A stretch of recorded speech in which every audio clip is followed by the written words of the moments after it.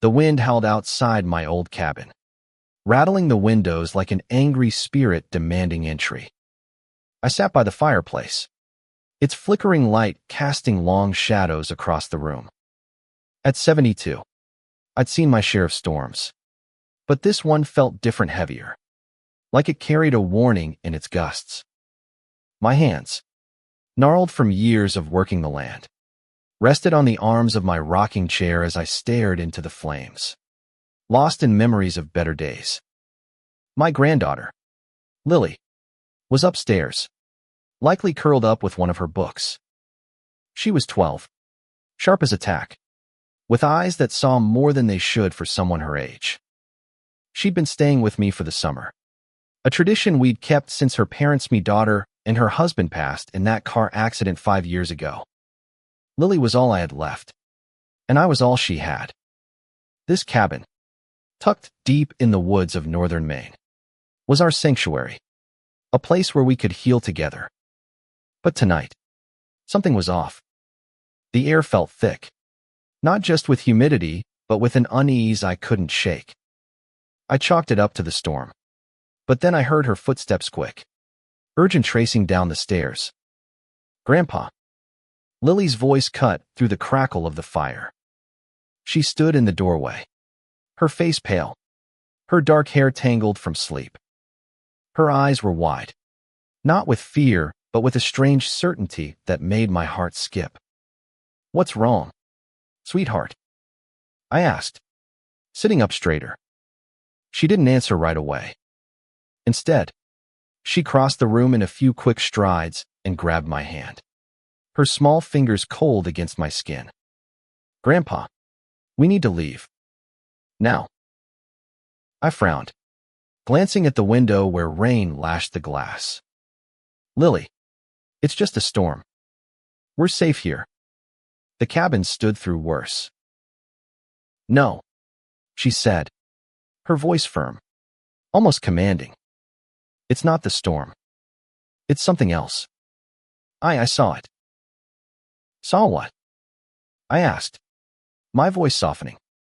Lily had always been imaginative, prone to vivid dreams that sometimes left her shaken. I figured this was another one of her nightmares, stirred up by the howling wind. "I don't know how to explain it," she said, her eyes searching mine. "But I saw you, in danger. Something's coming. Grandpa, we can't stay here tonight." Her words sent a chill down my spine, not because of what she said, but because of how she said it. There was no childish panic, no tears, just a quiet, unshakable conviction. I'd learned over the years to trust Lily's instincts. She had a way of knowing things, like when she'd warned me about the loose step on the porch last summer, just before I nearly fell through it. But this felt bigger. "Lily, slow down," I said, trying to keep my voice calm. "What exactly did you see?" She hesitated, her gaze dropping to the floor. "It was like a dream, but not. You were outside, near the old oak by the creek. There was something there with you. It wasn't human, Grandpa. It was dark, and it wanted you. I heard a voice in me, voice telling you to leave. And then I woke up, and I knew we had to go." I wanted to dismiss it, to tell her it was just her imagination running wild. But the look in her eyes stopped me. I'd never seen her so sure, so insistent. And deep down, I felt it too, the weight of something watching, waiting. "All right," I said finally, standing up. My knees creaked, protesting the sudden movement. "We'll go to town. Stay at the inn for the night. Just to be safe." Her shoulders relaxed, but only slightly. "Hurry," she whispered. I grabbed my coat and the keys to my old truck, my mind racing. The storm was bad, but the road to town was manageable if we left now. As I moved toward the door, I glanced back at Lily, who was already pulling on her raincoat.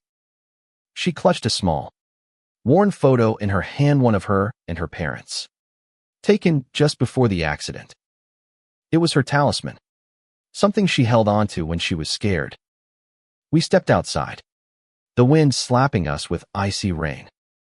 The forest around the cabin was pitch black, the trees swaying like they were trying to warn us too.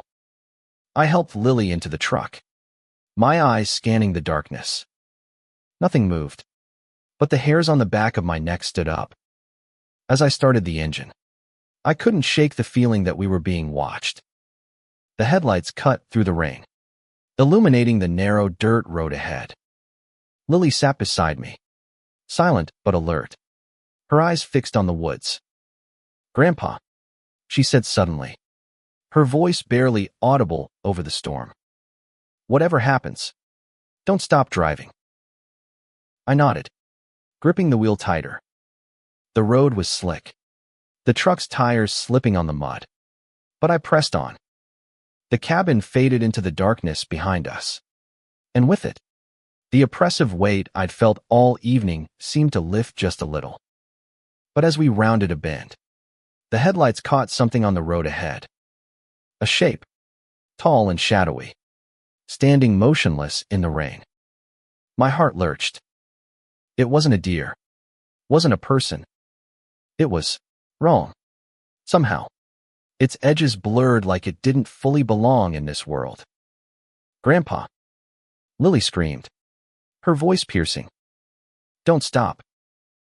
I floored the gas, the truck lurching forward. The shape didn't move, didn't flinch. But as we passed, I swore I saw it turn its head, its eyes glowing faintly in the darkness. My hands shook on the wheel, but I kept driving, my pulse pounding in my ears. We didn't speak for the rest of the drive. The inn in town was a small, rundown place, but it was warm and dry. As we checked in, Lily clung to my side, her small hand gripping mine. The clerk, an older woman with kind eyes, didn't ask questions, just handed us a key and pointed us to our room. Once we were settled, I sat on the edge of the bed, my mind replaying that moment on the road. Lily curled up beside me, her head resting on my shoulder. "You okay, sweetheart?" I asked, my voice hoarse. She nodded, but her eyes were distant. "I don't know what it was, Grandpa," she said softly, "but it's not done with us." I pulled her close, my heart heavy. I didn't know what we'd seen, didn't know what was happening. But one thing was certain, Lily's warning had saved us tonight. And I'd be damned if I didn't listen to her again. The next morning, the storm had passed, leaving the town draped in a damp, gray mist. I woke to the sound of Lily's soft breathing beside me, her small form curled under the inn's thin blanket. The events of last night felt like a fever dream, but the knot in my stomach told me it was real. That shape on the road, its glowing eyes, its unnatural stillness haunted me. I didn't want to scare Lily, but I needed answers. I slipped out of bed, careful not to wake her, and made my way to the inn's small dining area. The clerk from last night, Margaret, was behind the counter, pouring coffee for a couple of early risers. I nodded to her, taking a seat near the window. The town outside looked peaceful, but I couldn't shake the feeling that something was still watching us. "Rough night?"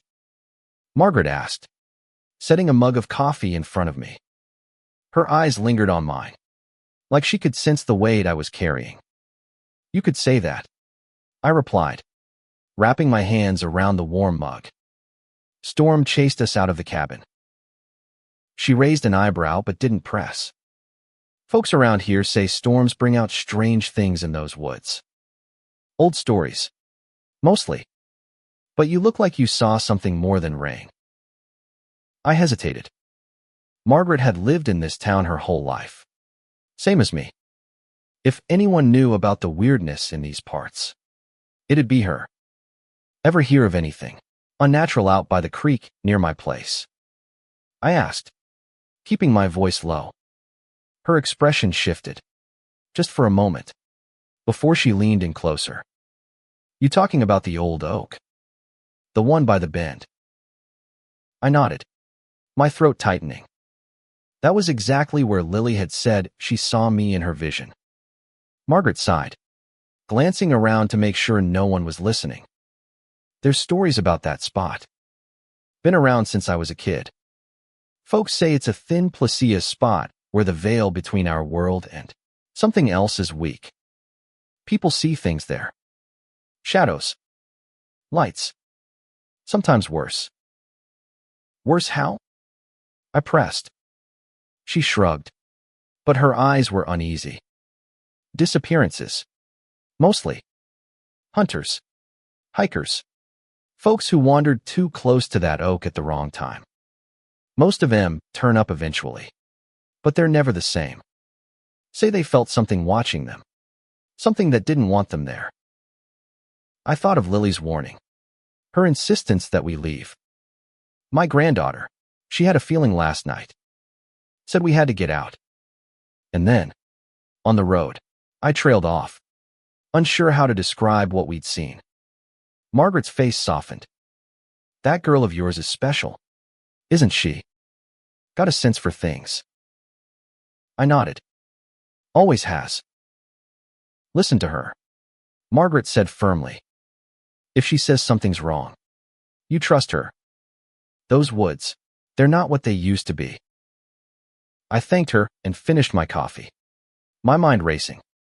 When I got back to the room, Lily was awake, sitting cross-legged on the bed, her photo of her parents clutched in her hands. She looked up at me, her eyes searching. We're not going back to the cabin, are we? She asked. I sat beside her, my heart heavy. Not yet. I need to figure out what's going on.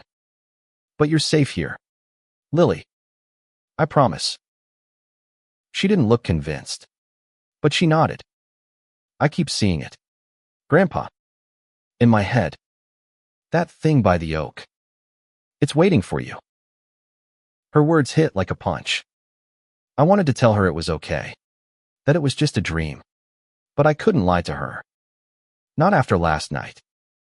Instead, I pulled her into a hug, feeling her small frame tremble against me. We'll figure this out together, I said. But for now, we stay here. The rest of the day passed quietly.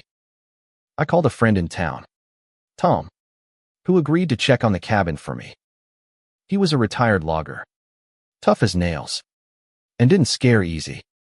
I didn't tell him everything, just enough to make sure he'd be careful. Lily and I spent the day at the inn, playing cards and trying to keep our minds off the night before. But her eyes kept drifting to the window, like she was waiting for something to appear. That evening, Tom called back. His voice was shaky, not like him at all. Your cabin's fine, Ed, he said. But something's off out there. Found tracks near the oak by the creek. Not animal. Not human. Too big. Too deep. And the air, it felt wrong. Like it was pushing me away. I gripped the phone tighter. You see anything else? No, he said. But I ain't going back there alone. You need to get someone to look into it. Someone who knows more than me. I thanked him and hung up, my mind spinning. Tracks. A feeling of being pushed away. It lined up with what Lily had said, with what Margaret had told me. Whatever was out there, it wasn't just in Lily's head. That night, as Lily slept, I sat by the window, staring out at the quiet town. The mist had thickened, curling around the streetlights like ghostly fingers.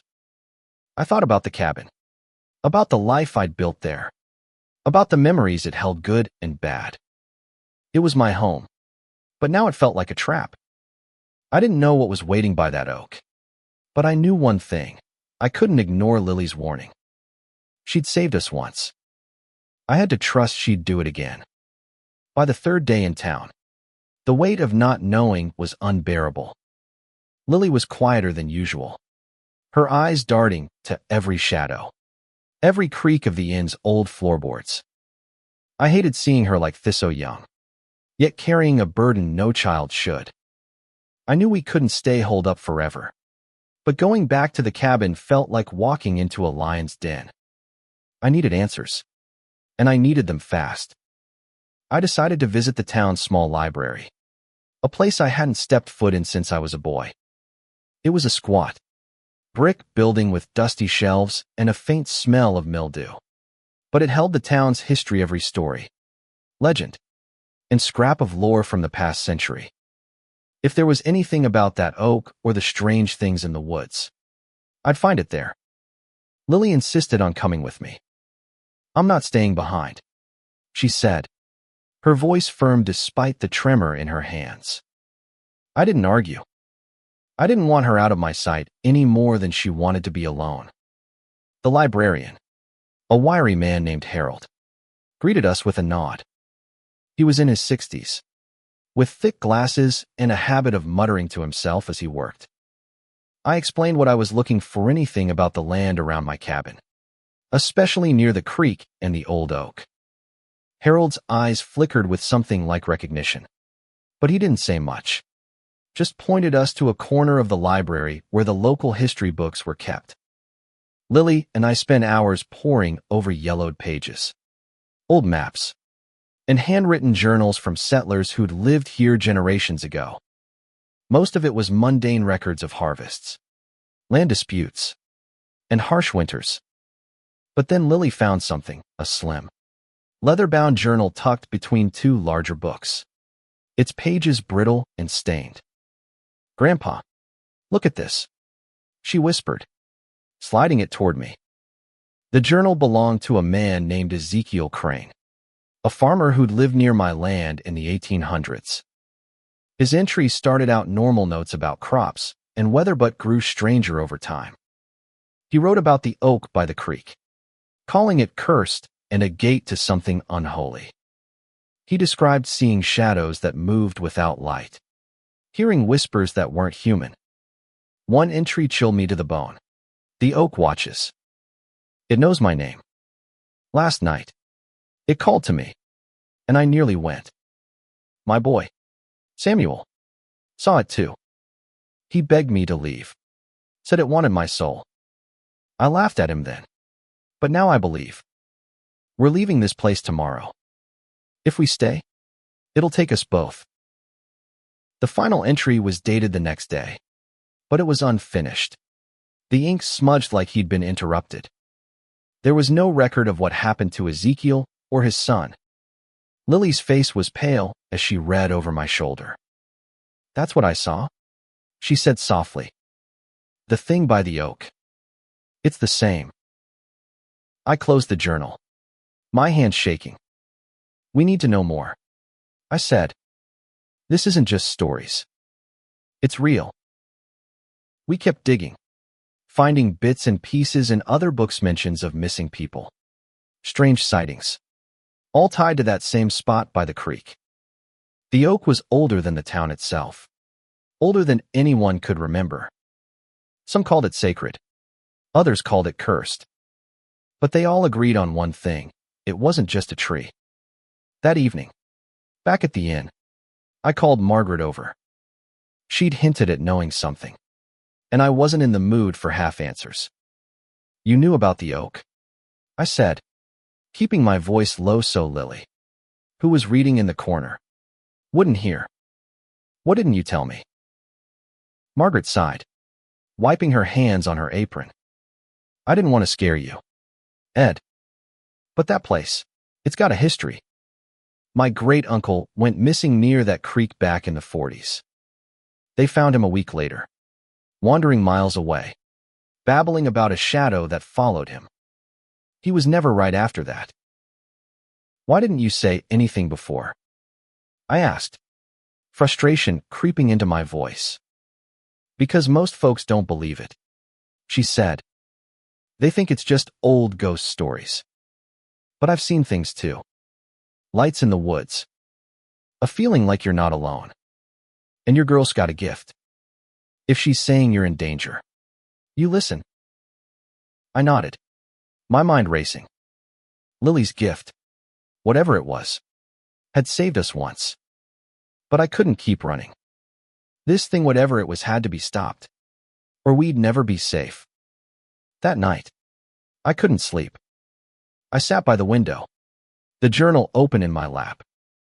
Lily was curled up on the bed, clutching her photo again. I read Ezekiel's words over and over, trying to make sense of them. A gate to something unholy. A shadow that wanted his soul. It sounded crazy, but after what we'd seen on the road, I couldn't dismiss it. Around midnight, Lily stirred, her voice soft but clear. "Grandpa, it's still out there. It's waiting for you to come back." I turned to her, my heart pounding. "What do you mean, sweetheart?" She sat up, her eyes gleaming in the dim light. "It knows we left. It's angry. I can feel it." I didn't know what to say. Part of me wanted to pack up and leave for good. Take Lily far away from this place. But another part is stubborn. Foolish part wanted to fight. This was my home. Our home. I couldn't let some shadow, some curse, take it from us. "We're not going back yet," I said firmly. "But we're not running forever either. We'll figure this out. Lily. I promise." She nodded, but her eyes were haunted. I knew she didn't believe Minute completely. And deep down, I wasn't sure I believed myself. The next morning, I knew we couldn't stay passive. The library had given us clues, but clues weren't enough. Whatever was haunting the oak, it wasn't going to stop unless we did something. I wasn't a brave man, not in the way heroes are in stories, but I'd fought for my family before. And I'd do it again. For Lily. I left her at the inn with Margaret, who promised to keep an eye on her. Lily protested, but I needed her safe while I dug deeper. My plan was to talk to Old Man Carver, the town's unofficial historian. He was 90, half-deaf, and cranky as hell, but he knew more about these woods than anyone alive. If anyone had answers, it was him.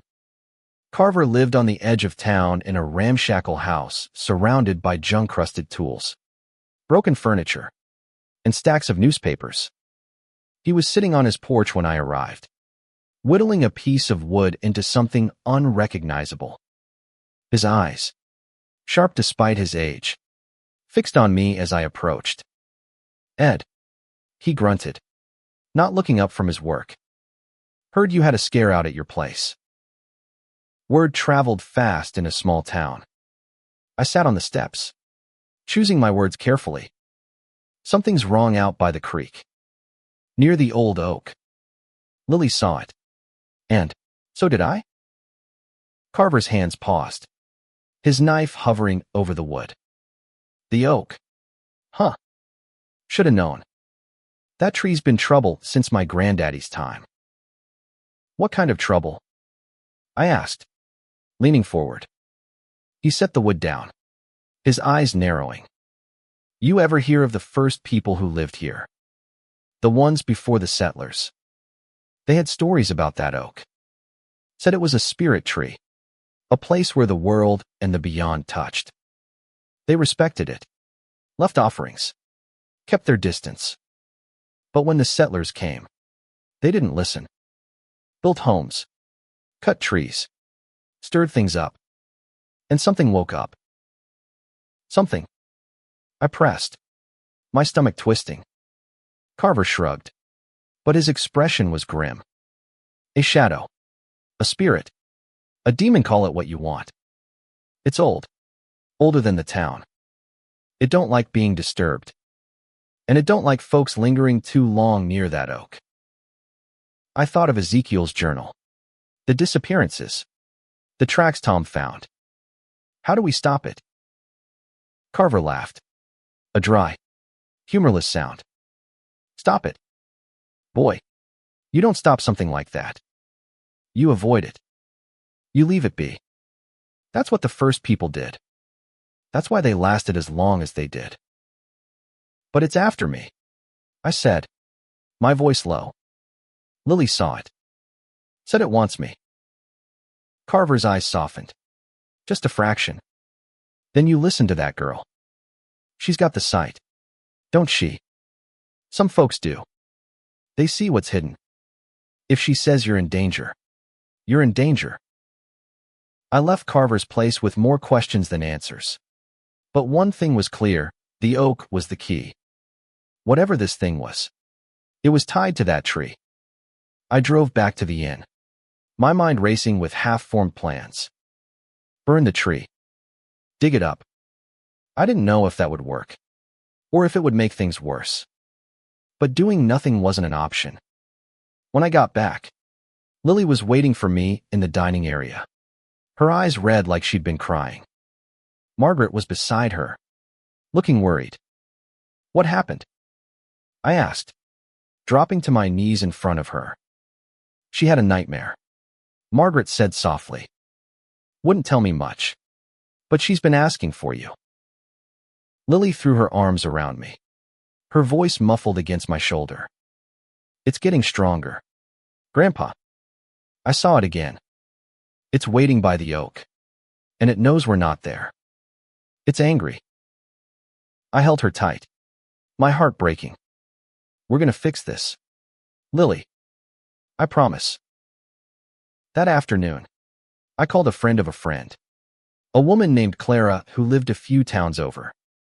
She was a folklorist, someone who studied old stories and rituals. If anyone could tell me how to deal with a spirit or whatever this weighs, it was her.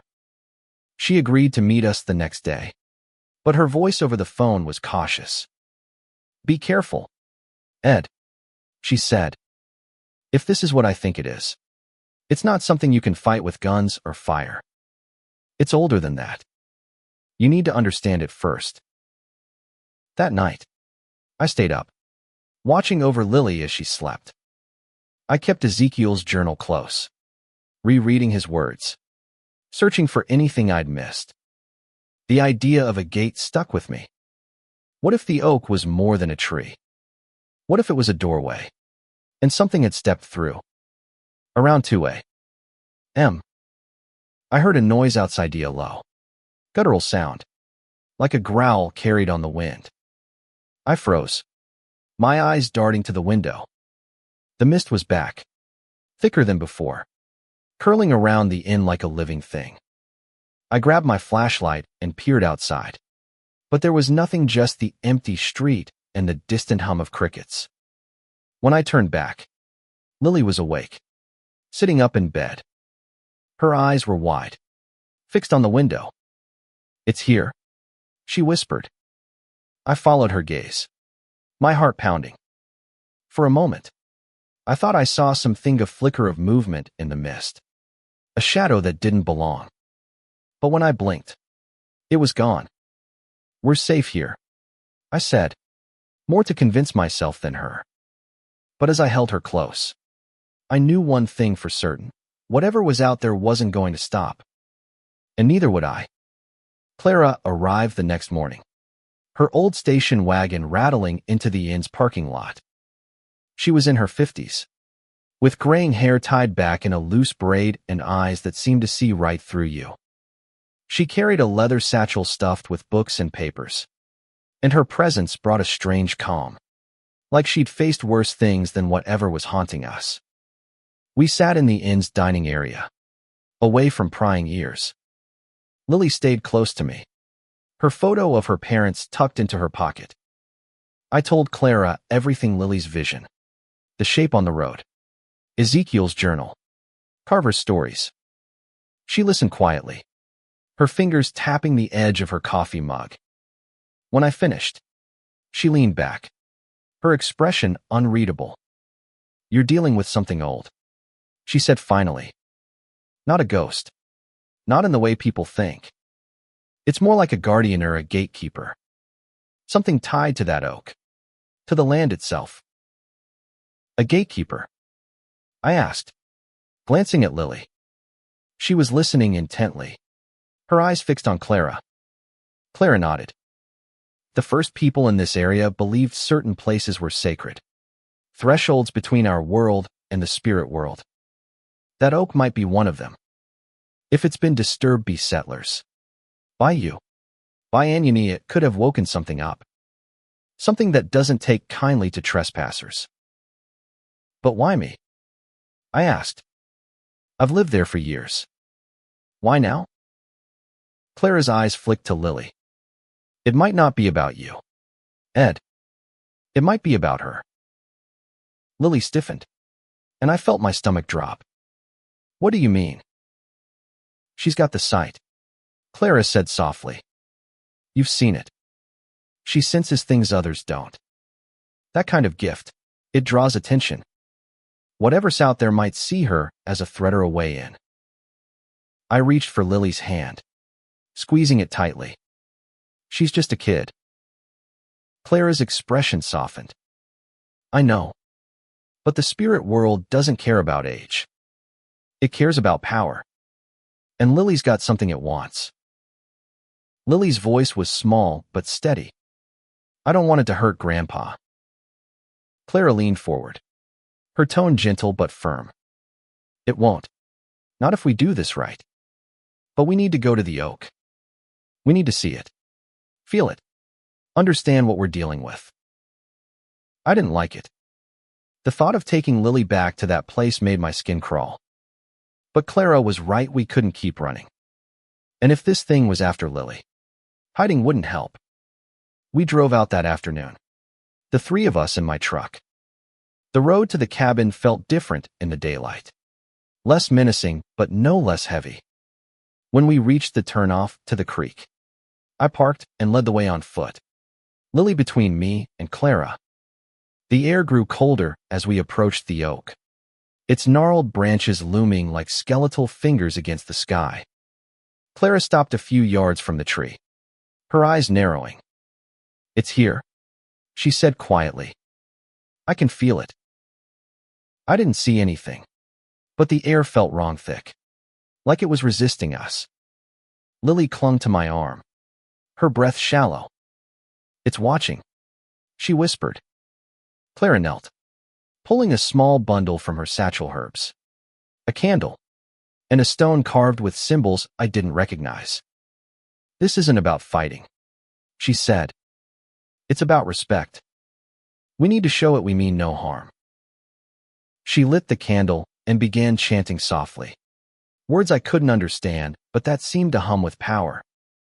The air grew heavier, the wind picking up, rustling the leaves of the oak. I held Lily close, my eyes scanning the shadows. Then I saw a flicker of movement, just beyond the tree. A shape, tall and dark, its edges blurred like smoke.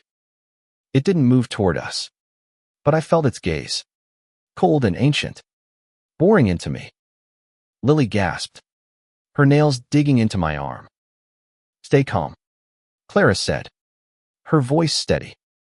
Don't run. Don't provoke it. She continued her chant, her hands moving over the stone. The shape wavered, like it was unsure, then retreated into the shadows. The air lightened, just a fraction, and Clara stopped chanting, her shoulders slumping. It's not gone, she said, standing. But it's listening. For now. What does it want? I asked, my voice hoarse. Clara looked at Lily, then back at me. Balance. Something's out of alignment. Maybe it's the land. Maybe it's you. Maybe it's her. We need to find out what it's protecting or what it's keeping out. We left the oak behind, but the weight of its presence followed us. Back at the inn, Clara spread her books across the table, searching for rituals, stories, anything that might help. Lily sat quietly, her eyes distant, like she was still seeing that shape in her mind. That night, as I tucked her into bed, she grabbed my hand. Grandpa, I'm scared. Not for Meth for you. I kissed her forehead, my heart aching. I'm not going anywhere. Sweetheart. We'll fix this. Together. But as I lay awake, staring at the ceiling, I couldn't shake the feeling that we were running out of time. The oak was waiting. And so was the thing that called it home. Clara stayed with us at the inn, her books and notes taking over the small table in our room. She was relentless, cross-referencing old texts with Ezekiel's journal, piecing together a picture of what we were facing. By the second day, she had a theory, not a comforting one, but a starting point. It's a guardian spirit, she said, pointing to a sketch in one of her books, a shadowy figure with glowing eyes, standing beneath a tree. The first people believed these spirits protected sacred places.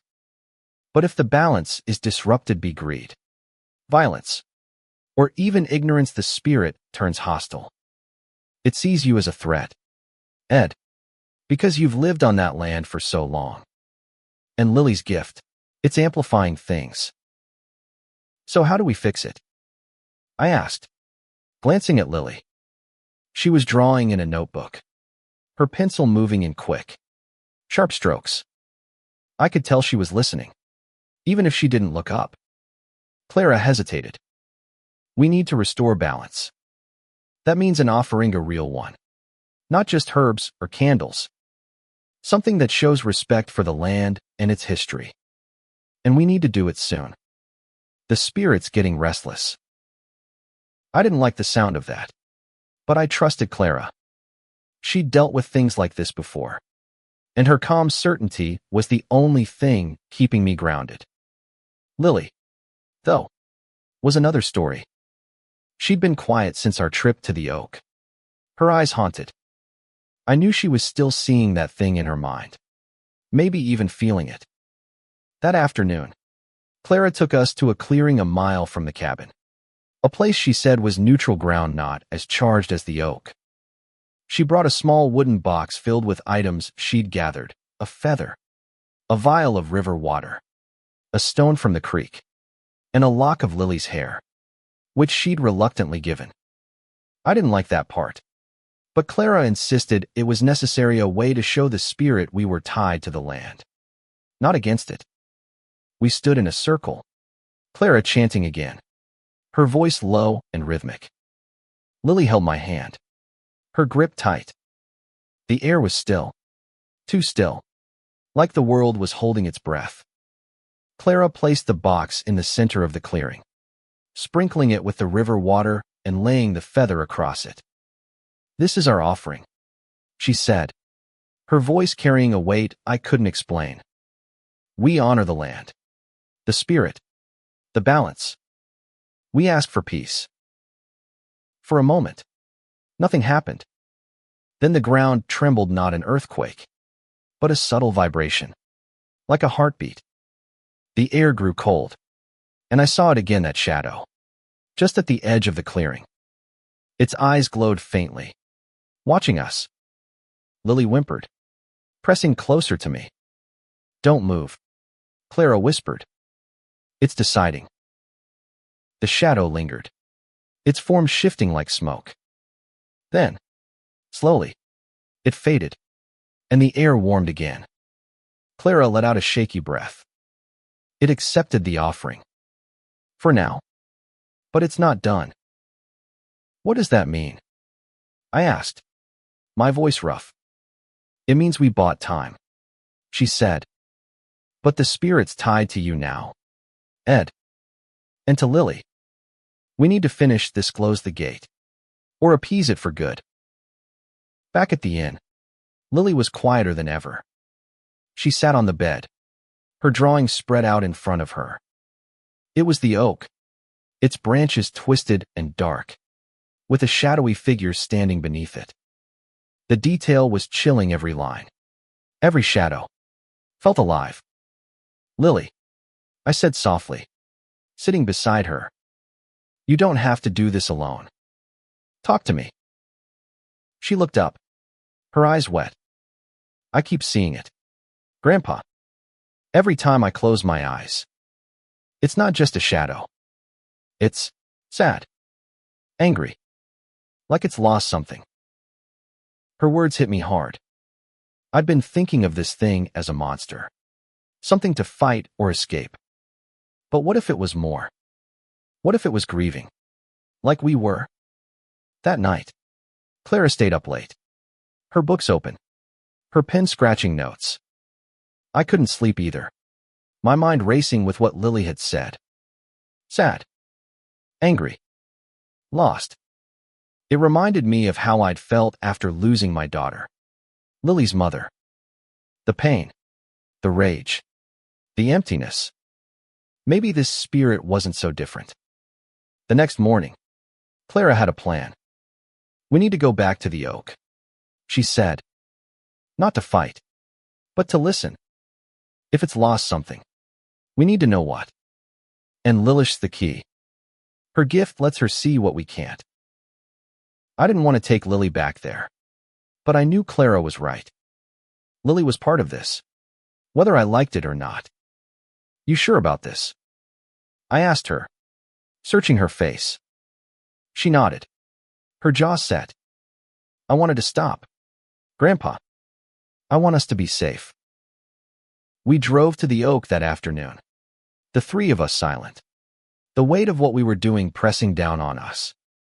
The tree loomed ahead, its branches swaying in a breeze I couldn't feel.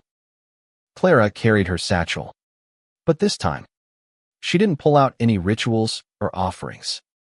She just stood there, her eyes closed, listening. Lily stepped forward, her small frame trembling but resolute. I'm here, she said, her voice clear.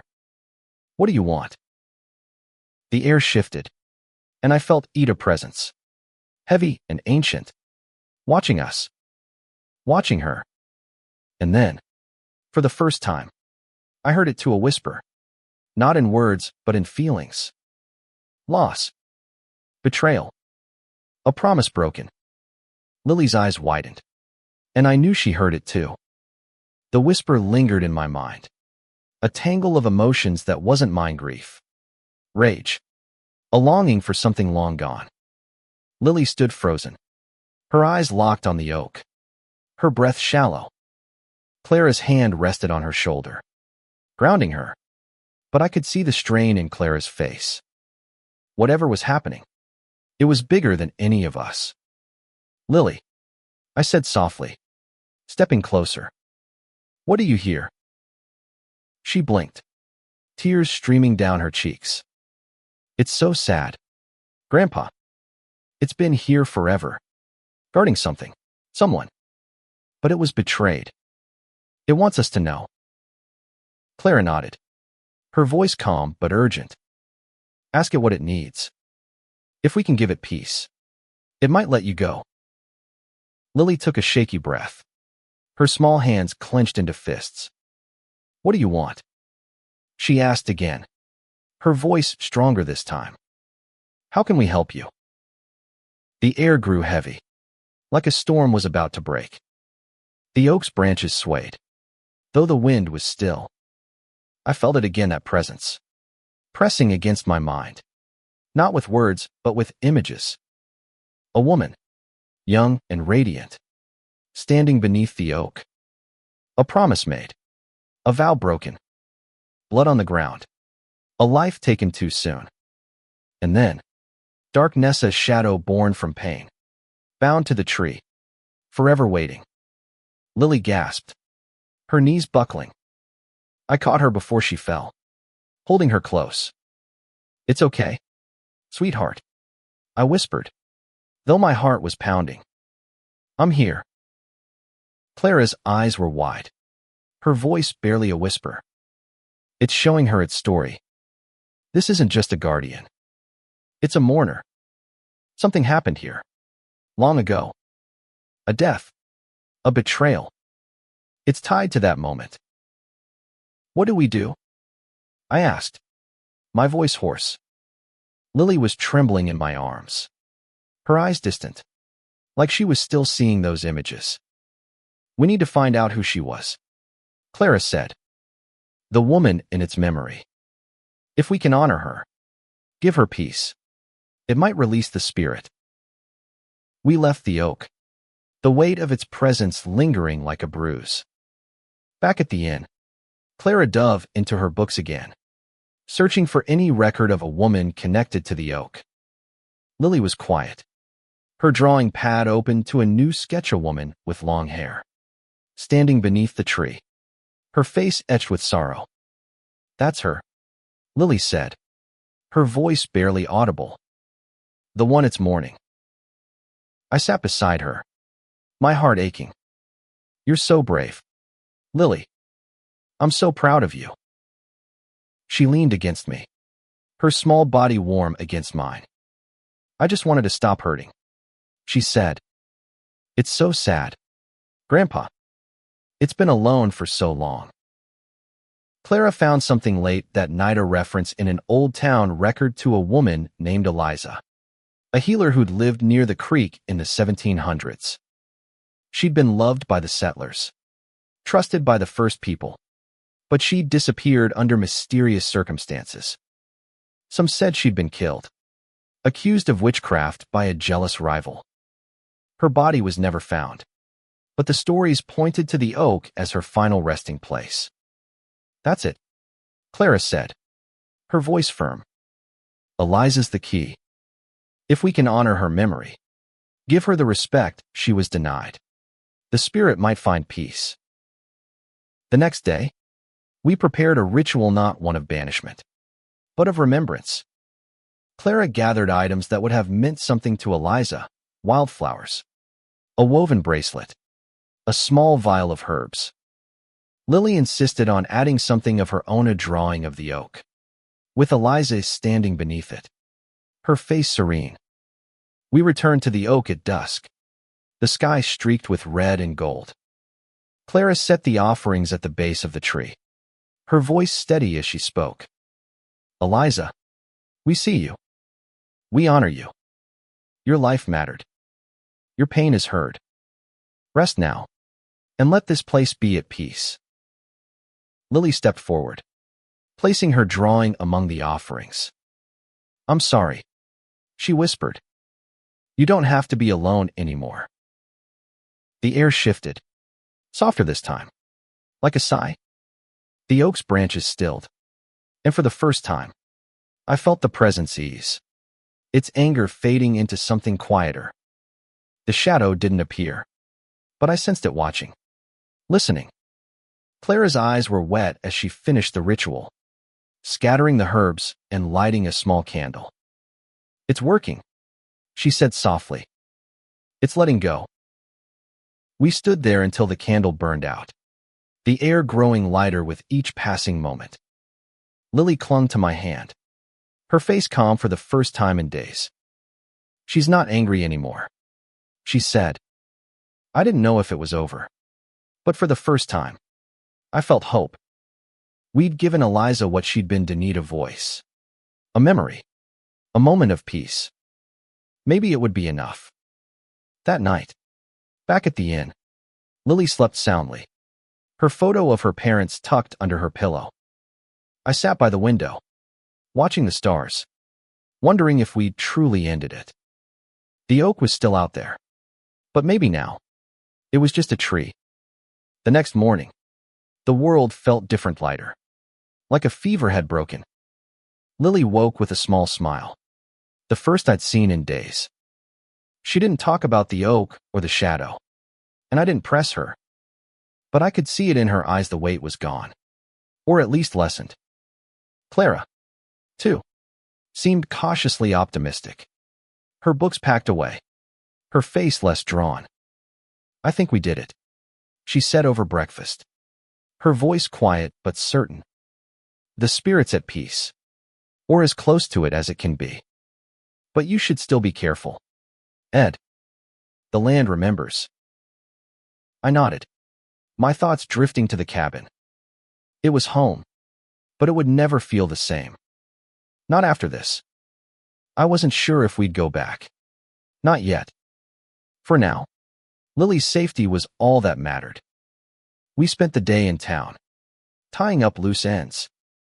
I thanked Margaret for her help, and she gave me a knowing look, like she'd seen this kind of thing before. "You take care of that girl," she said. "She's special." "I know," I replied, my throat tight. That afternoon, Lily and I walked to the park. Just the two of us. The air was crisp, the sky clear, and for the first time in days, I felt like I could breathe. Lily swung on the swings, her laughter ringing out, and I sat on a bench, watching her. She was my world, my reason for fighting. And I'd do it again, 1,000 times over, to keep her safe. "Grandpa," she called, hopping off the swing and running to me. "Do you think Eliza's okay now?" I pulled her into a hug, her small frame warm against mine. "I think so, sweetheart. You gave her something she needed. You did good." She smiled, a real smile, and I felt my heart lift. We'd faced something ancient, something beyond understanding, and we'd come through it together. Maybe not whole, but stronger. That evening, Clara left, her station wagon rattling out of town.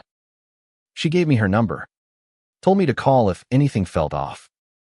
"The land's at peace for now," she said. "But it's old. Ed. Older than us. Respect it." I promised I would. After she left, I sat with Lily in our room, her drawing pad open to a new page. This time, it wasn't the oak or the shadow. It was us, me and her, sitting by the fireplace in the cabin, smiling. It was a vision of home, not as it was, but as it could be. "We'll go back someday, won't we?" she asked, her voice soft. I nodded, brushing a strand of hair from her face. "When it's right. When we're ready." She leaned against me, her photo of her parents tucked into her pocket. "I'm not scared anymore," she said. "Not with you here." I held her close, my eyes stinging. "I'm not going anywhere, Lily. Not ever." The days that followed were quiet. We stayed at the inn, taking it one step at a time. I checked in with Tom, who reported the cabin was finito tracks. No strange feelings. Just a house, waiting for us. I wasn't ready to go back. Not yet. But I knew we would eventually. The cabin was part of us, just as the oak was part of the land. Looking back, I don't know if we'll ever fully understand what happened. The shadow, Eliza. The oak, it's a story older than me, older than the town. But I know one thing, Lily's warning saved my life. Her gift, her courage, her heart, they carried us through. And as long as I have her, I have everything I need. We'd face the darkness together, and we'd come out the other side. Not unscathed, but alive. And that was enough.